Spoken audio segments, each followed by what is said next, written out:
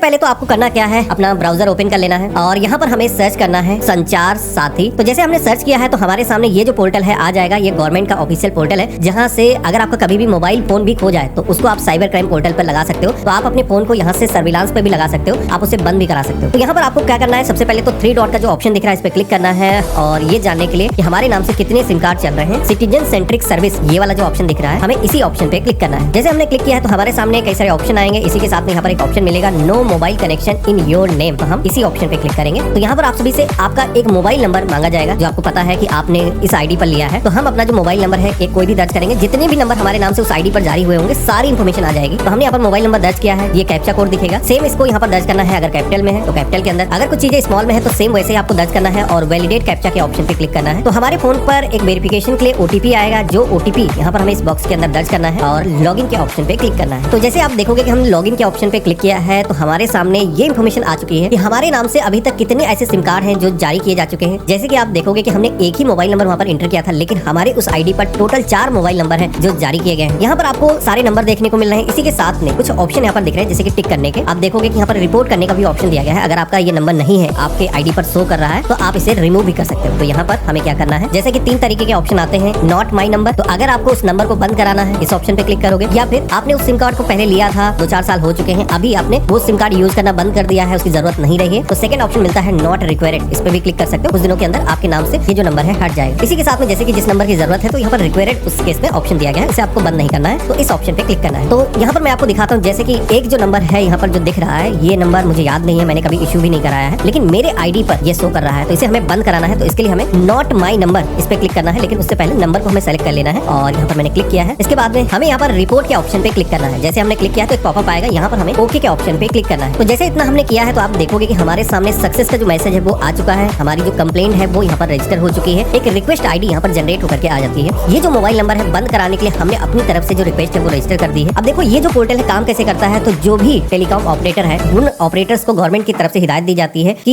ये जो नंबर जैसे कि आपने यहाँ पर रिपोर्ट किया है तो ट्राई की तरफ से उनको कहा जाएगा कि इस मोबाइल नंबर की री केवाईसी करना है। तो संचार विभाग है, इससे आप डिमांड करेगा री केवाईसी करने के लिए। तो री केवाईसी करने के लिए उनके फोन पर नोटिफिकेशन आएगा, कुछ समय उनको मिलेगा। अगर वो केवाईसी उस समय के अंदर नहीं कर पाते हैं तो उनका जो मोबाइल नंबर है वो बंद हो जाएगा। लेकिन अगर वो केवाईसी करते हैं तो वो अपने दस्तावेज लगाएंगे, तो उसके बाद में उनके नाम से वो जो कनेक्शन है वो हो जाएगा। तो इस तरीके से प्रोसेस काम करता है। एक तरीके से दोबारा से री केवाईसी होती है, जैसे आप यहाँ पर कंप्लेंट करते हो। कंप्लेंट रजिस्टर होने के बाद में कभी भी आपको अपनी जो एप्लीकेशन उसको ट्रैक करना है कि वर्तमान में क्या स्टेटस है, तो आपको मैसेज आएगा जहाँ पर एक लिंक रहेगा। फिर दोबारा भी पोर्टल पर आकर के जो एप्लीकेशन का रेफरेंस नंबर मैंने नोट कराया था वो नंबर आप दर्ज करके कभी भी ट्रैक कर सकते हो। सेम उसी तरीके से उसी पेज पर आना है, लॉगिन कर लेना है और देन यहाँ पर आपको ट्रैक करने का एक ऑप्शन दिखेगा जहाँ पर आप अपनी जो एप्लीकेशन है वो ट्रैक कर सकते हो, जिसमें आपको अपना जो रिक्वेस्ट नंबर है वो यहाँ पर रजिस्टर करना होगा। तो हमने यहाँ पर दर्ज कर दिया है और ट्रैक के ऑप्शन पे क्लिक करेंगे। तो जैसे कि जस्ट हमने अभी अपनी कंप्लेंट रजिस्टर की है, तो यहाँ पर हमारी जो कंप्लेंट है वो सबमिटेड है। जैसे गवर्नमेंट की तरफ से इसका रेजुलेशन प्रोवाइड किया जाएगा तो यहाँ पर उसका जो भी एक्शन होगा वो आपको दिख जाएगा। तो इस तरीके से आप सभी लोग पोर्टल पर आकर के ये जान सकते हो कि आपके नाम से कितने ऐसे सिम कार्ड हैं जो चल रहे हैं। अगर आपने कोई सिम कार्ड नहीं लिया है या फिर आपके लिए अब यूजफुल नहीं है तो यहाँ पर खुद से आप रिपोर्ट करके बंद करा सकते हो।